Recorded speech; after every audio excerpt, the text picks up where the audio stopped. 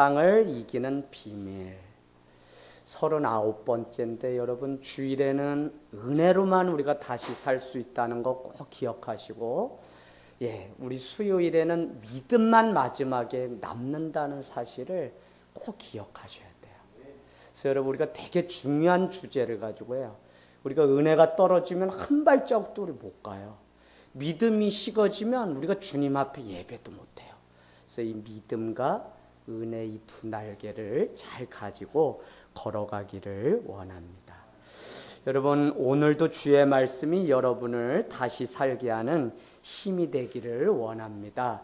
시편 119편 130절로 가보겠습니다. 시편 119편 130절. 제가 오늘 이 말씀을 보고서 마음에 그렇지, 그러니까 말씀으로 우리가 살지 않으면 안 되겠다는 깨달음이 있었습니다. 그래서 이 말씀을 좀 나누고요, 그러고서 시작하려고 합니다. 시편 119편 130절. 천천히 한번 찾아보세요. 119편 130절. 찾으셨나요?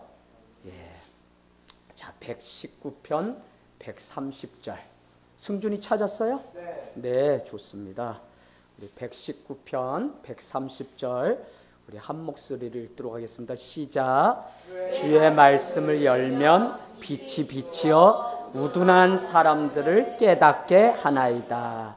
아멘. 아멘. 우리의 우둔함이 주의 말씀을 통해서 깨지고 지혜로운 인생의 건축자가 될 수 있다는 겁니다. 그래서 오늘도 우리가 예배하면서 주의 말씀을 기다리는 이유는 무엇이냐면, 주의 말씀이 내 인생 가운데 비춰져야만 우리의 우둔함을 깨달아서 우리가 다시 살 수 있는 은혜를 알게 돼요. 여러분, 변하기가 어렵죠? 내 자신이 때로는 생각해보면 도로 옛날 그 장소에 들어가 앉아서 혼자 죽을똥말똥 그렇게 살고 있어요. 그게 왜 그러냐면 주의 말씀이 내 자신을 비추고 그 말씀이 어쨌거나 나를 깨쳐야 되는데 우리가 그 깨지는 작업들이 날마다 이루어지지 않기 때문에 그래요. 그래서 오늘 시편 119편 130절 주의 말씀을 열면 빛이 비추어 우둔한 사람들을 깨닫게 하나이다. 아멘. 그래서 신앙생활을 오래 하거나 짧게 시작하였거나 결국은 말씀이 내 삶을 비추어서 이 말씀이 내 삶의 거울이 돼야만 우리는 거기서부터 인생을 비로소 시작하게 돼요. 교회를 오래 다닌 것으로 되는 게 아니에요. 주의 말씀으로 하루를 시작하고 주의 말씀이 내 삶 가운데 비춰져야만 우리는 거기서부터 비로소 주의 은혜를 가지고 살아가는 법을 깨닫게 됩니다. 여러분, 새로운 삶의 변화를 얻어서 승리할 수 있는 저와 여러분이 되기를 원합니다. 계속해서 인간의 우둔함이 무엇인지 우리는 우리 스스로를 돌아보아야 돼요. 보세요. 한낱 있다가 없어질 재물을 쌓아도 그것은 다 두고 가는 거예요. 이걸 깨닫지 못하기 때문에 세상 재물을 우리가 섬기고 살아요. 여러분, 오늘 미국 대통령이 누가 됐어요? 트럼프가 됐어요. 지금 세계 열방이 돌아가는 것이 엄청나게 우리의 상상을 초월해서 일어나요. 이 트럼프라고 하는 사람은 석유 장사부터 해서 억만장자입니다. 그러면 지방 면장이라도 해봤냐?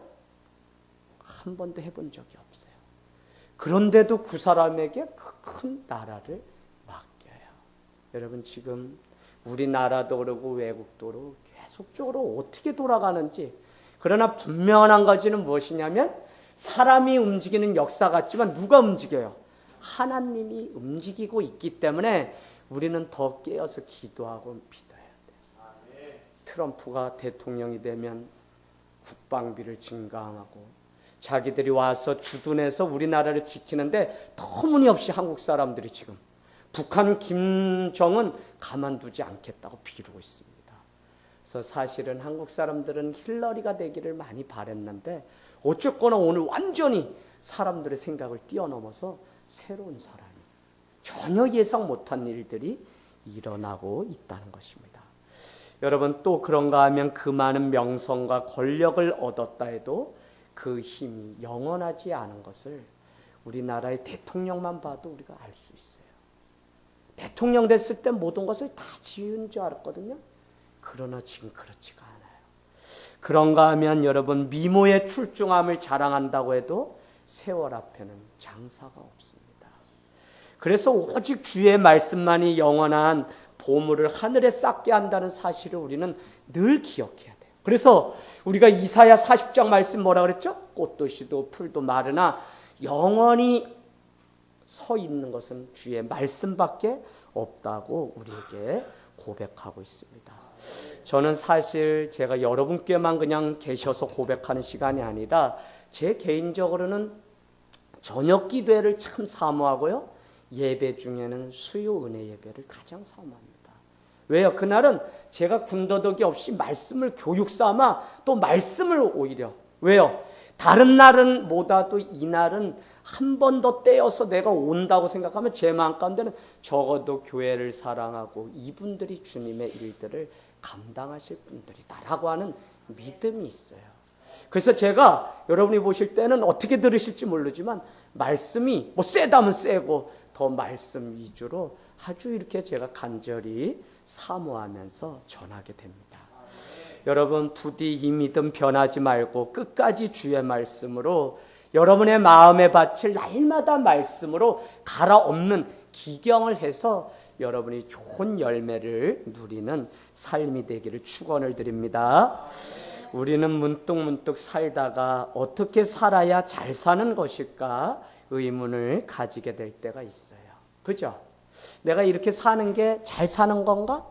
또 아니면 저 사람이 사는 그 삶이 더 좋아 보이고 그래서 우리는 잘 간다고 하면서도 내가 이렇게 사는 게 맞는 건가 하고 돌연 내 삶을 의심하거나 뒤돌아볼 때가 있다는 겁니다. 더욱이 신앙을 가지고 주님을 만난 후에도 하루의 삶이 얼마나 소중한지 이 삶이 모여서 천국문을 여는 그날이 있다는 그 사실을 깨닫게 되니까 오늘 드리는 이 한 시간의 예배가 우리 삶에 있어서 얼마나 중요한지 모른다는 깨달음이 있어요. 제가 월요일날 강의를 하면서 여러분하고 저는 2시간 만나면 헤어집니다.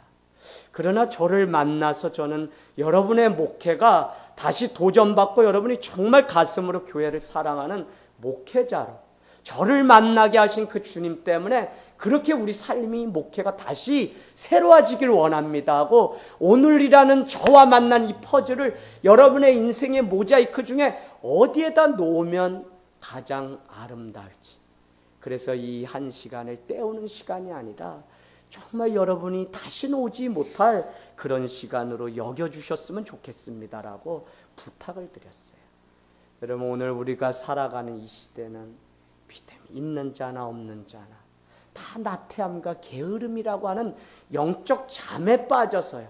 그러나 여러분 좀 더 자자 좀 더 눕자 하다가 결국은 그것이 나에게 자유라고 생각해서 우리는 육신의 자유를 위해서 좀 더 눕자 좀 더 자자 했는데 중요한 것은 그 자유마저도 다 빼앗겨서 이 땅에서 아무 소용이 없는 날이 곧 온다니까요. 그때는 누구만 자유한 거예요? 믿음을 준비하고 은혜를 가지고 말씀 가운데 확신을 가지고 있는 사람만 자유할 때가 곧 온다고요. 여러분 그래서 저는 오늘 말씀을 통해서 두 사람의 삶을 비교하면서 우리가 어떤 삶을 택해야 될지를 다시 한번 좀 점검해 보기를 원합니다. 자, 지난주 우리가 말씀 보았어요. 오늘 이 요한 3서는 1절에 보니까 가이오에게 편지를 썼어요. 그래서 사도 요한이 장로된 사도 요한이 가이오라고 하는 사람에게 편지를 썼는데 2절 3절에 보니까 가이오를 칭찬한다고 이야기하는데 그 칭찬은 다른 게 아니라 내가 진리 가운데 행한다는 소식을 듣고 내가 너로 인해서 심히 기쁘다고 그렇게 칭찬하는 장면이 나옵니다. 그런데 그렇게 칭찬한 이유를 이제 5절부터 여러분 지난주에 봤던 거 5절부터 왜 가이오를 칭찬했는지 그렇게 편지가 이제 말씀하고 있어요. 무엇이었냐면요 진리대로 사는 삶이었는데 5절 말씀에 보니까 그 진리라는 것은 다른 게 아니라 요한 2서에 보면 뭐였어요? 주의 교훈대로 사는 삶인데, 주의 교훈대로는 요한 2서 다시 한번 가보세요. 1장 4절 5절에 보니까 너의 자녀들 중에 우리가 아버지께 받은 계명대로 받은 계명대로 진리를 행하는 자를 내가 보니 심히 기쁘도다. 부녀여 내가 이제 내게 간구하노니 서로 사랑하자. 이는 새 계명같이 내게 쓰는 것이 아니요 처음부터 우리가 가진 것이다. 또 사랑은 이것이니 우리가 그 계명을 따라 행하는 것이요 계명은 이것이니 너희가 처음부터 들은 바와 같이 그 가운데서 행하라 하심이라. 아멘. 그래서 진리는 무엇이고 주의 교훈은 무엇이냐면, 우리가 처음부터 듣고 본 바는 무엇이냐면 서로 사랑하자라고 하는 거예요. 서로 사랑하라는 거예요. 근데 5절부터 이 가요이를 칭찬한 이유는 무엇이냐면, 그의 삶이 나그네 된 형제를 향해서 서로 사랑하는 삶을 살았기 때문에 오늘 그를 칭찬하고 있는 것을 보게 됩니다. 여러분 5절 보세요. 사랑하는 자여 내가 무엇이든지, 형제는 누구냐면 곧 나그네 된 자가 우리의 형제입니다. 행하는 것은 신실한 일이니, 그렇게 이야기해요. 그러니까 제가 지난주에 신실하다고 하는 표현을 뭐라고 제가 설명을 드렸냐면, 어떤 사람의 인생은 때가 되면 마지막 최종 평가를 받게 되는데, 이 제약은 이런 사람이야 라고 할 때, 이런 사람이라는 것에는 뭐가 붙냐면 그가 변함없이 걸어간 그 길을 보고 사람들이 평가해. 저 사람 고지식한 사람이야, 저 사람은 하늘이 갈라져도 주님 말씀 외에는 이렇게, 저 사람은 완악한 사람이야, 저 사람은 고약한 사람이야 라고 사람들도 우리에 대해서 평가를 할 텐데, 오늘 소문을 듣기를 가이오는 신실한 사람이다. 누구에 대해서? 나그네에 대해서. 근데 그 나그네는 누구라 그랬죠? 나그네는 당시 이 지역에서 저 지역으로 순회하며 순례자로서 복음을 전하는 교사들이 있었다고요. 그 교사들 중에는 요한 2서에 보면 거짓 교사가 있기 때문에 그들에게는 인사도 하지 말고 드리지도 말고. 왜요? 드리거나 인사하면 그의 악한 일에 참여하는 일이 되기 때문에 하지 말라고도 말씀했어요. 그럼에도 불구하고 여전히 서로 사랑하라고 하는 그 계명대로 참된 복음을 전하기 위해서 다른 지역으로 옮겨가는 사람에 대해서 어떻게 하라는 거예요? 그 사람을 맞이하고 환대하고 접대를 잘해서 다음 그 행선지로 갈 수 있도록 보내주는 역할을 하라는 거예요. 그 일을 누가 했다는 거예요? 오늘 가이오가 했다는 거예요. 여러분, 우리가 지금 사는 이 시대는 잘 모르지만 사실 저는 시골에서 이렇게 살아봐서 알아요. 그 농사를 짓고 이렇게 살아가다 보면 이 마을에서 저 마을로 꼭 지나가는 처음 본 사람들이 있어요. 어떤 사람은 심지어 보따리를 이고선 장사를 가는 사람이 있어요. 그러면요, 인심이 얼마나 좋냐면 그 사람들 땀 흘리면 우리 집에 와서 숟가락 놨으니까 점심 드시고 가세요, 또 물이라도 마시고 가세요 하고 늘 부모님이 그렇게 대접하고 환대하는 모습을 봤어요. 그러면 여기에서 등장하는 이스라엘 팔레스타인은 더 그러잖아요. 사막이잖아요. 광야잖아요.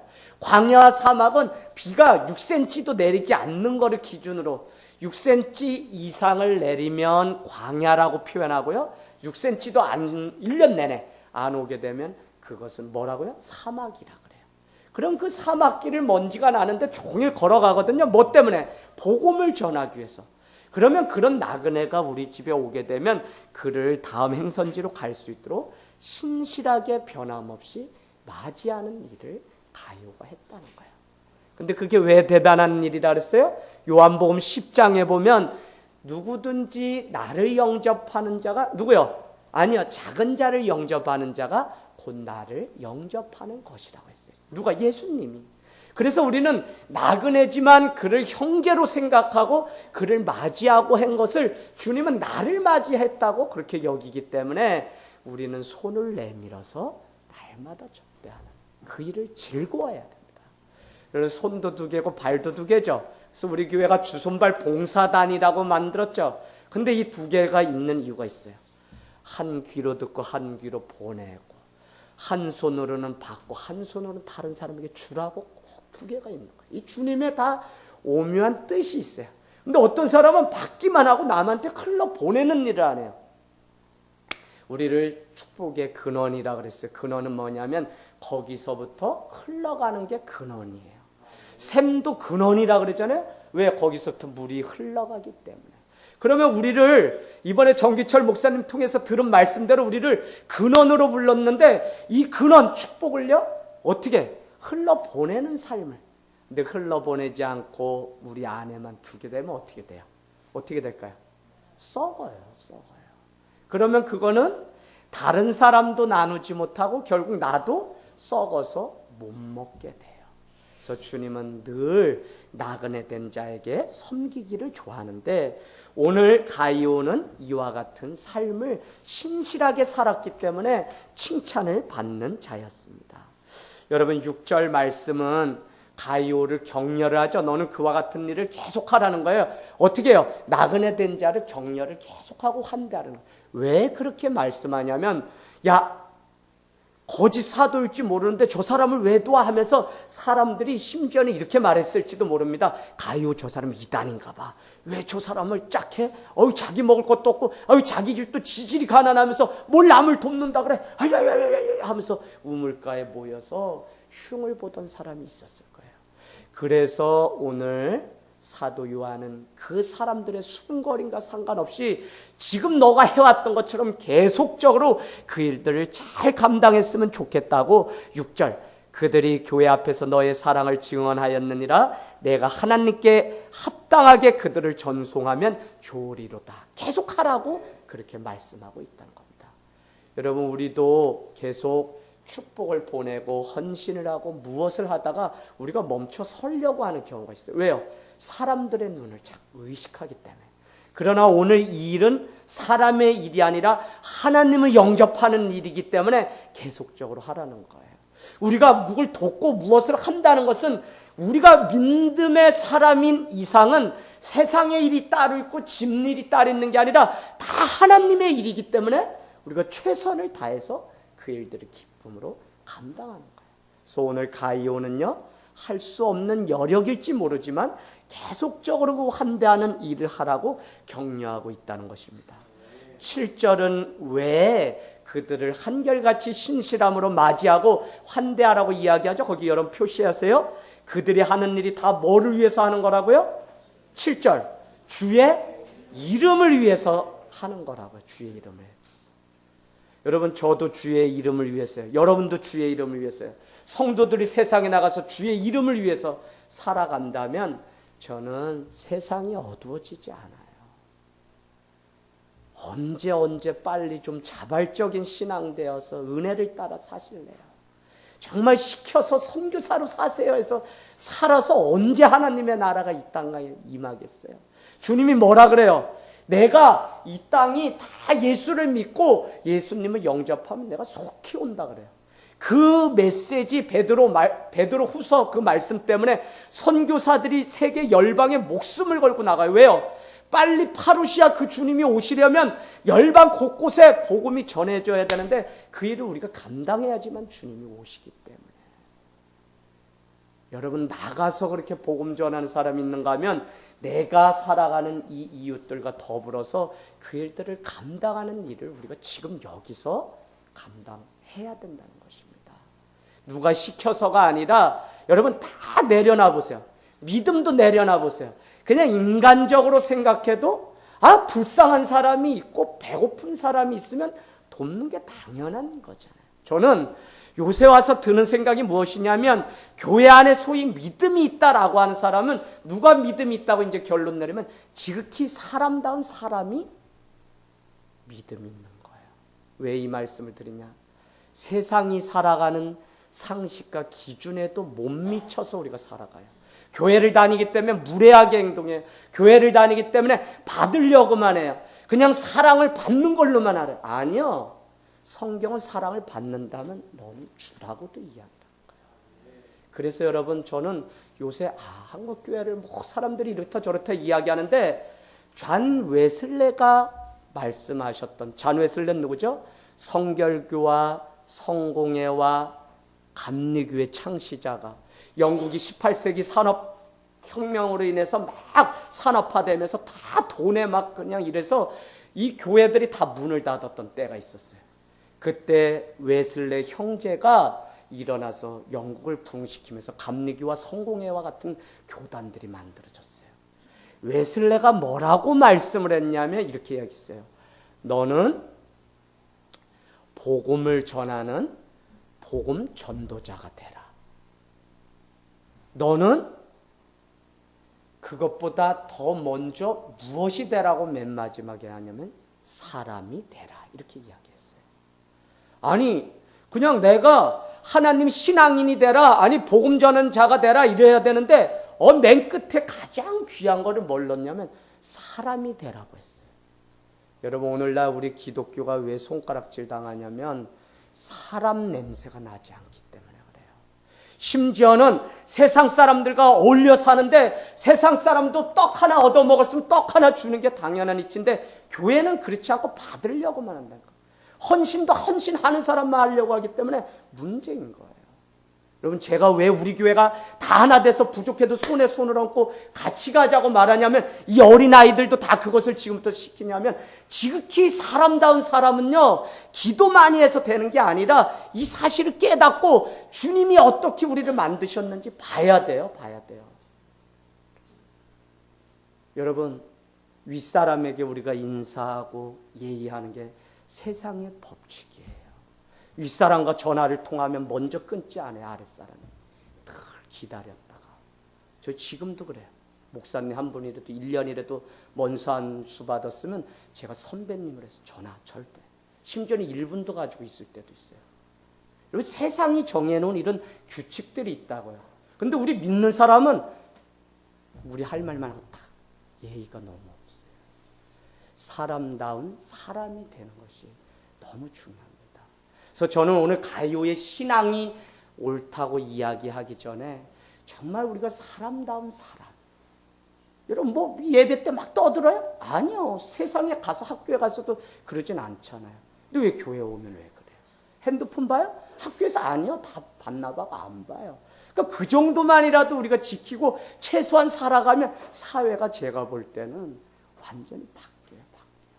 근데 우리는 교회 와서는 함부로 내 고집과 내 교만함을 자랑하려고 하는 게 우리의 문제예요. 지연아 무슨 이야기인지 알겠지? 지연이가 그래서 신앙인이 되기 이전에 나는 지연이가 정말 사람이 됐으면 좋겠어요. 근데 지연아 사람이 또 되려면 신앙이 있어야 돼. 그러니까 우리가 신앙을 그래서 기도하고 말씀을. 그래서 오늘 말씀이 시편 119편 130절이 주의 말씀이 우리를 비춰야만 우둔함이 깨져서 주님의 은혜대로 살아가는 역사가 있다고요. 그러니까 시편이나 베드로서나 깨닫지 못하는 자는 멸망하는 짐승과 같다는 거예요. 말씀을 그렇게 들어도요 깨닫지 못하면요 그냥 자기 가는 길 가는 거예요. 그냥. 여러분 이게 너무 중요합니다. 자, 그래서 주의 이름을 위해서 사는 자기 때문에 그들을 위해서 우리도 같이. 그런데 여러분 8절 가보세요. 그들을 영접하는 게 마땅한데 그 이유가 뭐라 그랬어요? 8절 얼른 보세요. 8절 뭐라 그랬어요? 아멘, 아멘. 여러분 왜 우리를 저기 복음 전하는 자를 이렇게 환대하고 또 선교사들을 왜 환대하라고 오늘 말씀하고 있어요? 우리가 못 가지만 주의 이름을 위하여 사는 그들과 함께함으로 우리도 그가 전하는 진리의 동역자로 비로소 일을 하고 사역을 하고 하나님의 나라의 일을 할 수 있기 때문에 도라는 거예요. 여러분 오늘 저는 주를 위하여 사는 순례자를 돕는 것이 진리를 위하여 함께 일할 수 있는 우리에게 주신 하나님의 계획이라고 믿는 것입니다.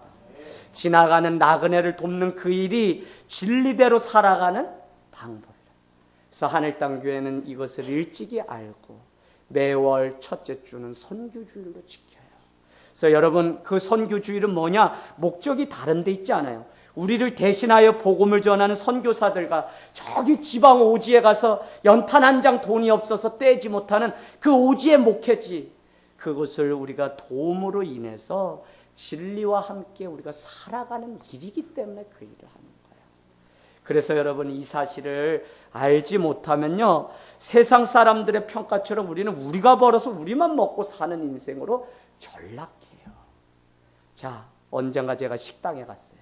어떤 분이 저한테 그렇게 얘기해요. 제가 좀 부하게 생겼는지 이렇게 이야기하는 거예요. 교회 헌금은 목사님이 다 가져가는 거죠? 식당 주인 아주머니가 그 얘기를 하는데 기분이 얼마나 나쁜지. 그래서 그렇지 않아요. 저는요, 세금도 다 내고요, 그냥 차라리 국민으로서 그냥 혜택 안 보고 적게 벌면 적게 그냥 세금 내는 게 당당해서 국민으로 대우받으려고 다 해요. 저랬어요. 그랬더니 교회가 다 가져간다는데 목사님들이. 그래서 아니에요, 아주머니, 색안경 끼고 그렇게 보면 그렇게밖에 안 보여. 우리 교회 이야기를, 우리 교회 가난해도 이렇게 해서 지금껏 선교하려고 했다 그러니까 그래요? 근데 더 놀란 건 아줌마를 오시라고 작은 음악회 하는데 작은 음악회도요, 사실 돈 빼기 이상의 돈이 다 들어가요. 이렇게 선교를 위해서, 지역을 위해서, 뭘 위해서. 이번 주에 어제죠, 옷까지 막 판매했어요. 아주 그냥 봉고차에 엄청 실었어요. 조기천 집사님하고 막 아침에 작업을 해가지고 실었어요.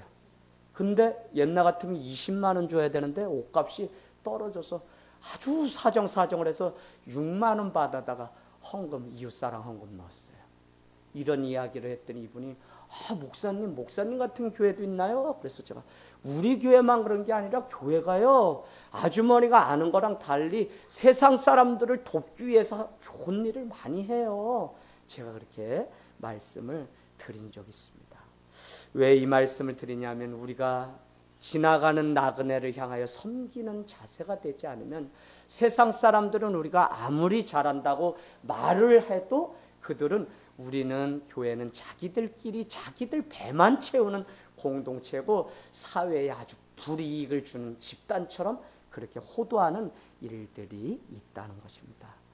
여러분, 최선을 다해 우리의 형편에 따라 물질로든지 기도든지 우리는 다른 자를 돕고 진리의 동역자가 되어야 됩니다. 그래서 우리의 이 펼친 손을 통해서 한 교가, 한 나라와 한 가정과 한 사람을 품는, 비로소 나그네 된 자를 돕는 일들을 우리의 삶 가운데 날마다 실천하기를 원합니다. 여기까지가 가이오의 인생이에요. 오늘 읽은 9절 10절 말씀 한번 보실래요? 9절 10절에 이름도 더러워요. 그래서 뭐예요? 이름이 더러워서 디우드레베. 나 발음 안 돼서 그 사람이라고 그냥 그렇게 해요. 디우드레베. 지연이 해봐요. 안지연.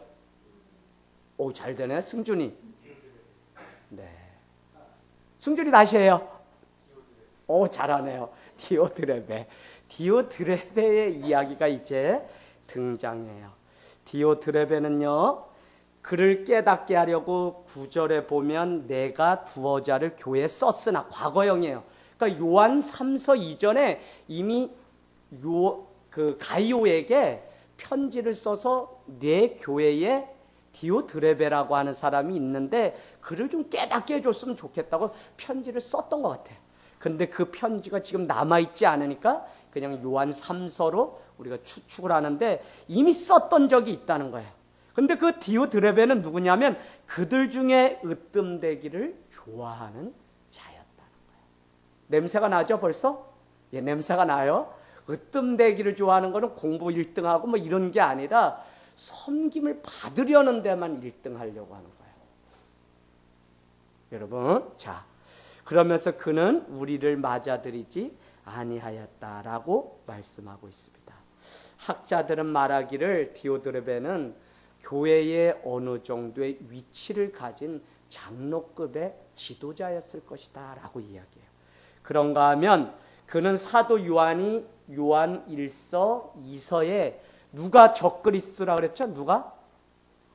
예수를 부인하는 자는 적그리스도라 그랬죠.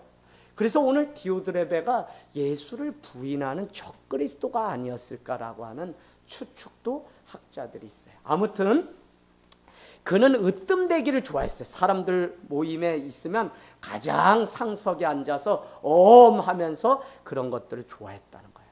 근데 더 큰 문제는 무엇이냐면 그는 사람을 접대하거나 맞이하지를 않았다는 거예요. 어디에서 알 수 있어요?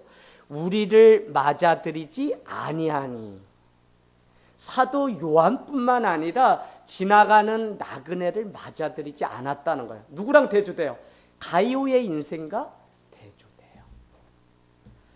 여러분, 사도 요한은 9절에 요한 3서에 이미 부어자를 써서 나그네를 맞아들여라 라고 했음에도 불구하고 디오트레베는 맞아들이지 않았다는 거예요.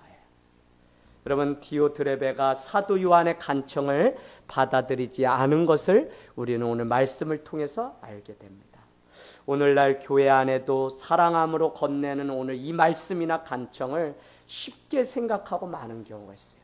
오늘 사도 요한은요, 우리가 잘 아는 것처럼 만모섬에서 유배지에 가서 요한계시록을 썼던 사도 요한입니다. 그는 사도 바울만큼이나 믿음을 지키다 순교했던 자예요. 그가 썼던 이 간청을 디오트레베는 오늘 받아들이지 않았다는 것입니다. 여러분, 상대방이 전하는 사랑과 호의를 무시하는 일들이 있었다는 겁니다. 다른 사람에게 호의를 베푸는 일도 중요하지만 여러분, 이것도 아셔야 돼요. 내가 다른 사람을 접대하는 것도 중요해요. 그러나 더 중요한 것은 다른 사람이 나에게 베푸는 호의를 기쁨으로 받아줄 수도 있어요. 여러분, 이것이 되지 않으면 지도자가 될 수가 없어요. 다른 사람에겐 잘해요. 근데 다른 사람이 내게 하는 거는 받지 않는 사람들이 많이 있어요. 특히 한국인들은. 아유, 뭘 받아요? 아니야, 그냥 집사님 그냥. 아니요.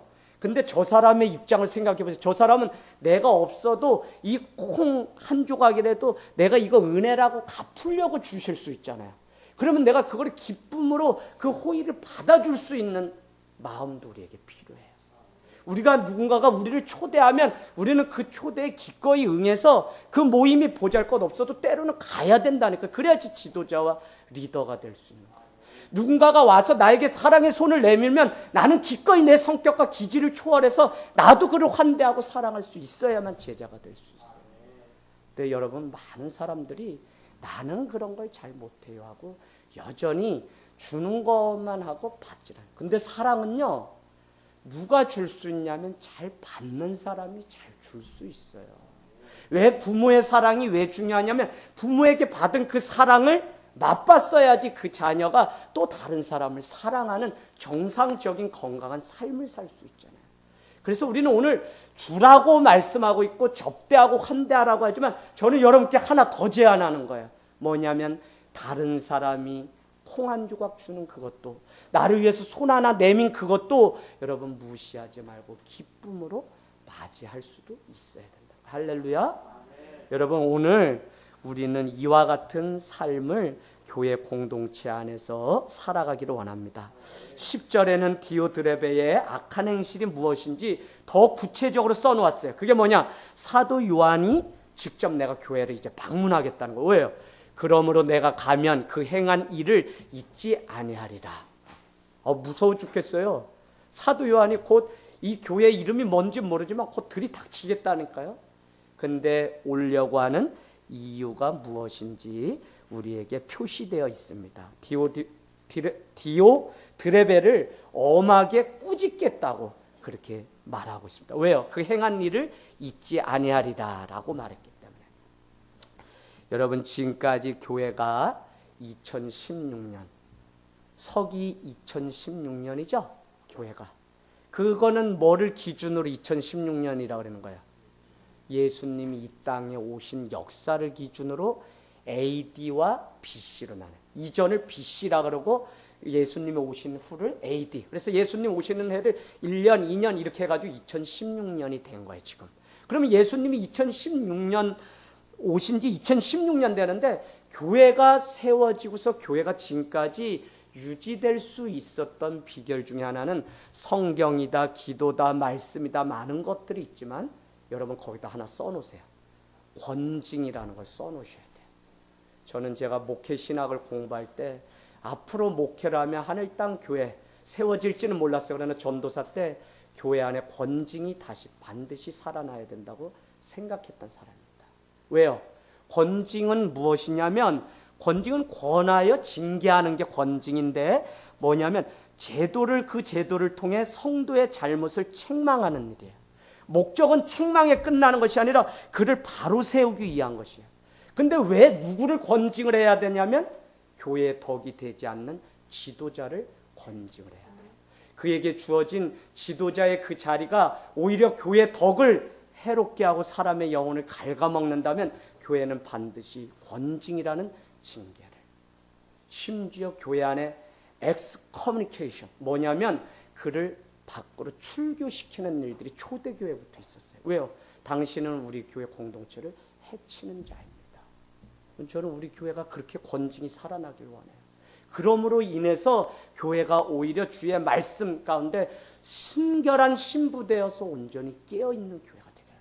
근데 중요한 것은 뭐라고요? 권징은 부모가 자녀를 훈계하면 목적이 뭐라 그랬어요? 그를 수정하고 그의 미래적인 삶을 훈련시키기 위한 거랬어요. 다 뭐예요? 아, 부모가 나를 사랑해서 나를 훈계하시는구나. 그런 것처럼 권징도 사랑하기 때문에 권징이라는 제도를 해야 돼요. 그러면 교회 안에 저는 권징을 누구를 했냐? 했어요. 안 한 게 아니에요. 장로직분 달라는 사람 권징해서, 물론 방법을 조용히 해서 보내는 방법을 했어요. 왜 그럴까요? 교회가 서 있지 않아요. 그런데 공개적으로 무슨 그를 비판하고 무슨 해서 내보낸 일은 우리 모두에게 유익이 되지 않아요. 그래서 권징은 기도하고 또 기도하고 또 기도하고 해서 마지막에도 깨닫지 못하고 공동체를 해를 입힐 때 그 사람을 권징하는 거예요. 여러분, 교회 안에 전도사 때 자꾸 기도회가 끝나면 남의 지갑이나 가방이 문이 열려서 없어지는 일이 있어요. 돈이 없어지라. 제가 하루는 이렇게 해서는 안 되겠다 해서 내가 맡은 아이들의 소행인 것 같아서 날짜를 하루 잡아서 지키기 시작했어요. 그래서 금요철에 막 기도하는데 화장실을 가는데 제가 몰래 뒤따라왔더니 한 아이가 남의 집사님의 지갑을 이렇게 해요. 근데 제가 모른 척하고 불러서 이야기를 했어요. 야, 너 혹시 그런 거 아니야? 내가 조심스럽게 너가 사실 그대로 인정하면 전도사님이 용서해 줄 거야. 아니라고 막. 저는 봤잖아요. 그죠? 아니래. 그래서 제가 소리를 쳤어요. 근데 아니에요. 그래서 제가 처음이자 마지막으로 사역자가 되면서 얘는 아무도 없어요. 저를 아버지처럼 생각. 빗자루를 가지고 제가 교회에서 걔를 때렸어요. 그 뒤로 제가 일주일 밥을 못 먹었어요. 그 녀석이 지난번에도 제가 말했지만 목사님 결혼합니다. 저 천안에 삽니다. 한번 목사님 오산 가까운데 갈게요. 목사님 그때 저를 잡아주셔서 너무 감사해요. 제가 그 녀석을 앞장서서 너 남은 돈 어디 있어 하고 갔더니 아이지만 얼마나 교활한지 아세요? 신문을 똘똘 말아가지고요. 집에 아버지한테 걸리지 않으려고 물 내려오는 옥상에서 내려오는 통 있죠. 물통. 거기다 돈을 넣고요. 신문지르고 막 이렇게 해가지고 아래서 받쳐놨어요. 아이가요. 순수하지 않아요. 쇳덩어리예요. 그날 매를 댐으로 인해서 이 아이를. 그래서 내가 얘기했어요. 나는 너를 이렇게 해서라도 세워야 될 의무가 있다. 너가 새고랑 차서 내가 너를 교도소로 신방 가는 일을 하지 않으려면 나는 널 오늘 때려서라도 너가 이실 짓고, 야, 내가 너가 가져가는 걸 봤기 때문에 이야기하는 거다. 나는 너가 이실 짓고 하고 너의 잘못을 인정하기를 바랬는데 하지 않는다면 내가 너가 그날 한 10대 때렸나 봐요. 빗자루가 부러졌어요. 목사님 저 결혼할 건데 인사 한번 갈게. 와라. 내가 밥 사줄게. 그래서 제가 전화로 대고서 야, 내가 여태까지 목회 21년 하면서 때리네. 너 처음 이거 마지막인데 너 아직도 기억하지? 그때 목사님 그때 저 안 잡아줬으면 저 탈선했을 거예요. 그렇게 자기가 오히려 깨달았더라고요. 그래서 여러분 이 권징이라고 하는 것, 오늘 내가 너에게 가면 너를 잊지 아니라 너의 악한 그 일을 내가 잊지 아니하리라. 그걸 권징하겠다는 것입니다. 그러나 권징은 기다려주고 또 기다려주고 기도하고 또 권면해도 되지 않는 마지막 순간, 이 공동체를 지킬 수가 없어서 이 한 사람 때문에 공동체가 무너지기 직전에는 반드시 권징을 해서 이 사람을 내보내야 됩니다. 여러분 교회 안에 제가 우리 노예 안에 이런 일이 있어요. 장사가 목적인 분이 있어요.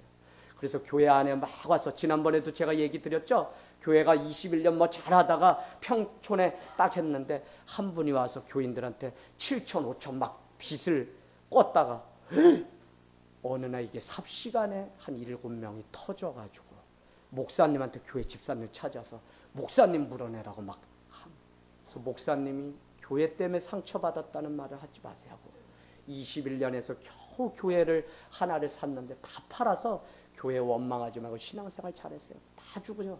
60이 다 되시는데 5, 6천 남은 금액 가지고 다시 개척을 하셨는데 그분이 제가 인도하는 세미나에 오셔서 울면서 제가 본질로 그러니까 이 권징을 교회에서 제대로 하지 않고 그냥 사람에게 좋은 사람 되려고 하다가 교회를 다 이렇게 해서 이제라도 교회다운 교회 성도다운 성도를 세우려고 목사님 찾아왔습니다 하고 전에 와 우리 교회에서 하는 세미나에 왔어요.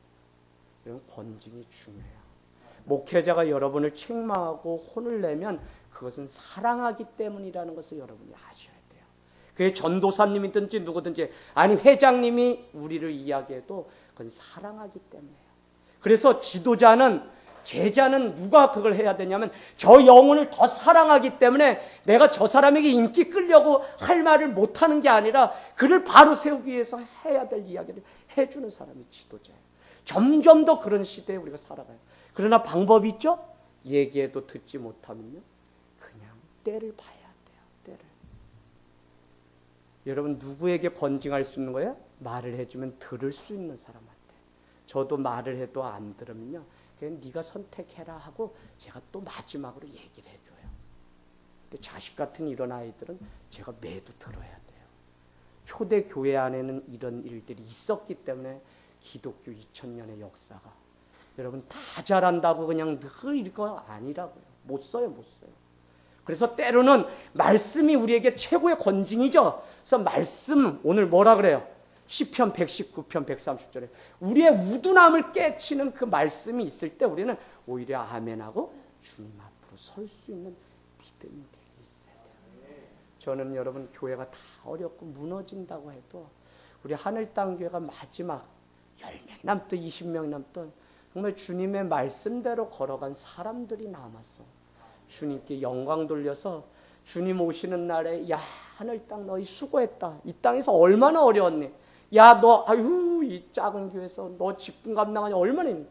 야 다 가자 우리 천국으로 다 가자.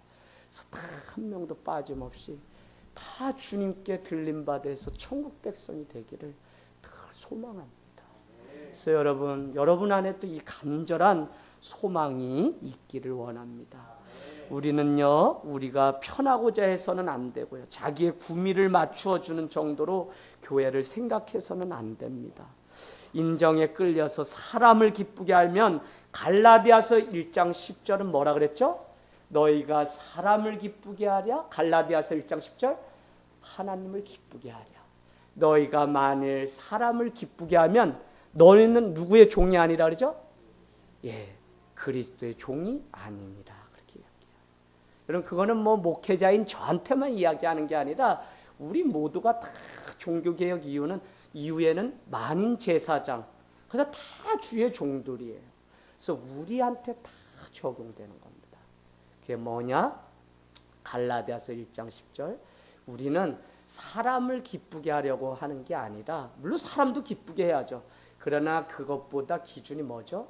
하나님을 기쁘게 하고 주의 종으로 살아야 돼요. 1장 10절. 그래서 우리 교회가 대세상 기준에 못 미치는 죄성을 가지고 살아가는 그런 자가 아니라 정말 죄인인 됨을 인정하며 주님 앞에 나가기를 원합니다. 사랑하는 자에게 주님은 책망도 하세요. 교회는 사랑하기에 책망도 있어야 돼요. 오늘 디오드레베가 악한 말로 사도 요한과 믿음의 공동체를 비방했다는 거예요. 오늘 10절에 보니까 그죠? 비방했다는 거예요. 디오드레베가 사도 요한이 접대하라 환대하라 하는데 방해를 하는 거예요. 뭐라고요? 그런 거 안 해도 돼 이렇게. 그래서 오히려 형제를 접대하지도 않고요. 또 심지어는 접대하는 사람은 어떻게 했다 그래요? 10절에 보니까 접대하는 사람을 접대를 금하게 하고 끝에 보니까 뭐라 그래요? 쫓았다는 거예요. 여러분, 쫓았다는 거예요. 여러분 이런 일이 없는 게 아니에요. 오늘날 교회 안에도 나도 하지 않고 남이 하려고 하는 건 또 못하게 하는 소위 믿음 가운데 세워지지 않은 지도자가 이와 같은 일들을 범하는 것을 우리가 많이 봐요. 그리고 신앙생활 다 하셨잖아요. 전에 교회에서 우리 김민숙 집사님 다. 그러면 여러분 다른 게 어려운 게 아니에요. 뭘 하다가 막 모자라가지고 힘들어가지고 아유 막 이거는 그래도 어떻게 손에 손을 얹고서 우리가 뭐 싸우든지 어떻게든지 된다니까요. 근데 뭘 하려고 그러면 꼭 하지 말라고 브레이크 거는 사람이 있어요. 그게 누구냐 오늘 디오드레베예요. 그의 악한 일은 뭐냐면 접대하라는 것도 접대 자기도 하지 않고 교인 중에 누굴 접대하려면 금하고 그래도 접대하면 어떻게 해요? 내어 쫓는 일들이 있었다니까요. 이게 말이 돼요? 하나님의 일을 하는데 그 일을 하지 못하게 했다는 거예요. 여러분 교회 안에 리더자가 왜 중요하냐면 정말 교회 안에 어떤 일을 할 때마다 헌신을 우리에게 요구하실 때 우리는 된다 안 된다를 우리가 미리 판단하는 게 아니라 우리는 그냥 순종하면서 하나님이 하시는 그 일을 앞에서 감당하면 되는 겁니다. 근데 오늘 디오드레베는 안 된다고 계속적으로 이렇게 얘기했어요. 여러분 우리 노예에 최근에 22억을 들여서 교회를 이렇게 사서 가신 교회가 있어요. 그 전도사님이 갔다 와서 저에게 들려준 간증이에요. 목사님을 만났는데 목사님이 교회가 최근에 이사 가면서 이렇게 해서 제가 또 그쪽으로 이사 오는 한 가정을 또 소개했어요. 저기 김포에서. 그래서 저한테도 감사하게 생각해요. 근데 이 교회가 기존에 있던 막 장소에서 장로님을 비롯해서 장로님을 따르는 한 20여 명이 목사님을 늘 어렵게 하고 늘 컴플레인. 그래서 교회가 저쪽으로 이제 이사 갑시다 다음 기회에 그래서 기도를 40일 뭐 다 이런 식으로 했는데 투표를 했는데 이분들만 반대를 또 해요. 그래서 결국은 이분들을 두고 떠나게 된 거예요. 근데 목회자가 20여 명을 몇 년을 했든지 장로님을 두고 떠나는 건 얼마나 가슴 아파요. 평생 상처지. 그랬는데 이건 자랑으로 이야기하시는 게 아니라 그랬는데 하나님이요 새로운 곳으로 가서 놀라운 일을 벌써 보여주셨다는 거예요. 나머지 이 20여 분은 교회를 위해서 걸림돌이 아니라 이제 떨어졌으니까 이제 하나 되어서 갔거든요. 갔는데 그 교회가 이곳을 팔고 이제 다른 곳으로 또 그 교회는 이사를 갔는데 이 교회가 가는데 멀어서 그 교회를 따라가지 못한 25명의 믿음 좋은 사람들을 준비시켜 놓았다라는 거예요. 목사님은요 이 사람들 두고 새로운 그곳에서 이미 그 터전에서 기도하는 25명의 사람을 만나면서 본인이 하나님이 이렇게도 일하시는구나 하는 간증을 했다 그래요. 여러분 주님은 그런 것 같아요. 주님 나라의 일을 위해서 주의 이름을 위해서 오늘도 이 순례자가 했던 것처럼 주의 이름을 위해서 방해가 되면 주님은 주님이 데리고 가시지를 않아요. 그거를 우리 스스로가 이제는 깨달아야 돼요. 뭐 가자 해서 뭐 이게 아니라 보세요. 룻기에 누가 나와요? 두 며느리의 이름이 누구예요? 나오미의 며느리 둘이 누구죠? 말론과 기론 두 아들과 결혼했던 누구요? 룻가. 그 다음 또 누구예요? 나오미와 그 다음 누구예요? 오르다. 근데 어떻게 해요? 이렇게 남편이 다 죽고 다 그래서 과부 셋이 남았는데 야 이제 우리 고향으로 난 돌아갈 건데 야 니네는 여기에 그냥 남았으면 좋겠어 하고선 이야기를 해요. 그랬더니 길을 나서서 떠나다가 둘째 며느리 오르다는 그냥 자기 본 친척 아비 집으로 돌아가게 돼요. 저는 제가 룻기를 개척 초창기에 할 때 그런 고백을 했어요. 하나님은 하나님 나라의 일을 위해서 필요하시면 반드시 하나님이 데려가시고 그렇지 않으면 가나마나하면 하나님이 정리도 하신다는 사실. 그래서 사람이 중심이 아니라 하나님이 어디에 관심 있는지를 우리가 늘 관심을 갖고 살면 여러분 이 문제에 우리가 흔들리지 않게 돼요. 여러분 출애굽기 14장으로 얼른 가서 읽고 마치겠습니다. 14장 21절. 출애굽기 14장 21절. 출애굽기 14장은 모세가 그 백성을 데리고 도망을 나왔는데 눈앞에 홍해가 있어서 어려움을 처하게 된 거예요. 뒤에는 누가 쫓아와요? 애국 군사들이, 바로의 군사들이 막 쫓아요. 그러니까 14장 14절에 너희는 가만히 있어 내가 여호와됨을 알지어다. 왜요? 전쟁이 나으신 주님이 우리를 위해서 대신 싸워주실 거기 때문에 우리는. 근데 17절인가 19절에 가면 이런 표현이 있어요. 내가 오늘 홍해 이 사건 왜 일으켰는지 알아? 바로와 그 백성, 그 애굽의 군대가 내가 여호와 하나님인 줄을 알게 하려고 오늘 이 사건을 벌인다 그래요. 그것도 여러분 다 표시해 놓으세요. 그 사건이 뭔데요? 홍해 앞에서 이 백성이 죽을 건지 말 건지. 여러분 믿음이 뭐냐면요, 믿음은 여러분 다른 게 아니에요. 지금을, 현실을 보는 게 아니라 하나님이 일하실 것들을 신뢰하고 기다리는 것이 믿음이에요. 하늘 땅 교회가 지금 여기 왜 있어요? 하나님이 일하실 것을 믿기 때문에 사실 오늘 여기 있어요. 제 주인 아저씨하고도 뭐라고도 하고 막 이러면서 싸우면서 요즘 지내요. 빨리 겨울 오기 전에 저거 해놓으세요. 안 그러면 우리 내년 봄에 이사 갑니다. 강력체육 통첩을 했어요. 해주실지 안 해주실지 몰라요. 그럼에도 불구하고 제 마음 안에는 하나님이 여기 있게 하신 이유가 있기 때문에 가라고 할 때까지 있는 거예요. 왜요? 기다리는 거죠. 근데 여러분도 살다 보면 막막해서 눈앞에 홍해가 놓일 때가 있어요. 이 사건이 또 어디에 나와요? 요단강, 여호수아 2장에 3장에 가면 요단강을 건너야 여리고성 아이성을 건너 가나안으로 가는데 여리고성이 딱 있는데 그 가기 전에 뭘 건너야 돼요? 요단강을 건너야 돼요. 근데 요단강은 때마치 모맥이 물이 불어서, 이 모를 심는 시기라 물이 불어서 건널 수가 없게 돼요. 그래서 어떻게 해요? 제사장들이 십계명이 든 법궤를 메고 그들이 발을 내딛게 되자 그 요단강물이 다 말라서 건너게 되는 사건이 있어요. 제가 오늘 홍해 사건, 요단강 사건, 베드로가 또 바다를 건넌 이 많은 물의 사건들이 성경에서 무엇을 우리에게 이야기하냐? 첫째는 사람은 물 앞에, 불 앞에 꼼짝 못하는 존재예요. 우리의 능력보다 더 대단한 게 무엇이냐면 자연이라니까요. 그래서 지진하고 그러면 우리가 두려워요. 근데 그것보다 더 강하신 분이 누군지를 성경은 우리에게 보여주는데 그분이 바로 하나님이시라는 거예요. 그래서 우리 앞에 홍해가 놓여 있을 때도 우리는 무엇을 볼 수 있는 눈이 필요하냐? 오늘 우리가 접대해도 내가 손해보는 것 같아도 우리는 뭐를 볼 수 있는 눈이 필요하냐? 현재 줄어드는 거? 그거 아니에요. 그것 때문에 하나님께 못 드리는 게 아니라 우리는 하나님을 전적으로 신뢰하고 주님의 오른손이 시편 몇 편이었어요? 73편이었나요? 28절. 내가 여호와를 가까이함이 내게 복이라 라고 그 믿음, 그 복을 가지고요. 78편이었던 것 같아요. 73편 28절. 예. 그래서 그 믿음 가지고 무슨 믿음이 있어야 되냐? 하나님은 우리가 믿음을 드리고 믿음으로 걸어가면 하나님은 지금도 일하시는 분이시기 때문에 홍해 그 사건 속에서도 일을 하고 계세요. 그게 뭐예요? 21절 보세요. 뭐라고 돼 있어요? 저기 동편에서 바람이 강하게 불므로 홍해에 있는 물이 다 날아가게 돼서 이스라엘 백성이 그 강을 건너게 되거든요. 그래서 살게 되는데 애국 군대가 막 쫓아와요. 마른 땅같이 되는데 쫓아요. 근데 어떻게 하나님은 저 위에 상류에서 또 그들을 쓸어내려고 물을 준비하고 급류를 준비하고 계세요.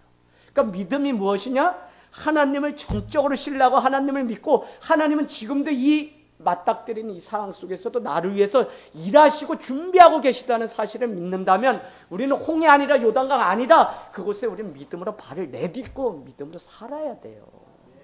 자꾸 믿음이 오늘날 뭐 잘 되고 오늘 기도해서 뭐가 되고 이게 아니라 우리의 인생의 미래까지 하나님이 일하시려고 우리는 보이지 않아요. 우리 눈에는 안 보여요. 그러나 저 위에 상류에 급류를 준비했다가 한 번에 하나님의 일들을 하시려고 준비하시는 하나님의 손길이 있다는 사실을 우리는 믿어야 돼요. 여러분 그것 때문에 우리는 기꺼이 내 자신을 주님 앞에 드리고 다 주를 위해서 사는 삶이 되는 줄로 믿습니다. 우리 오늘 이 시간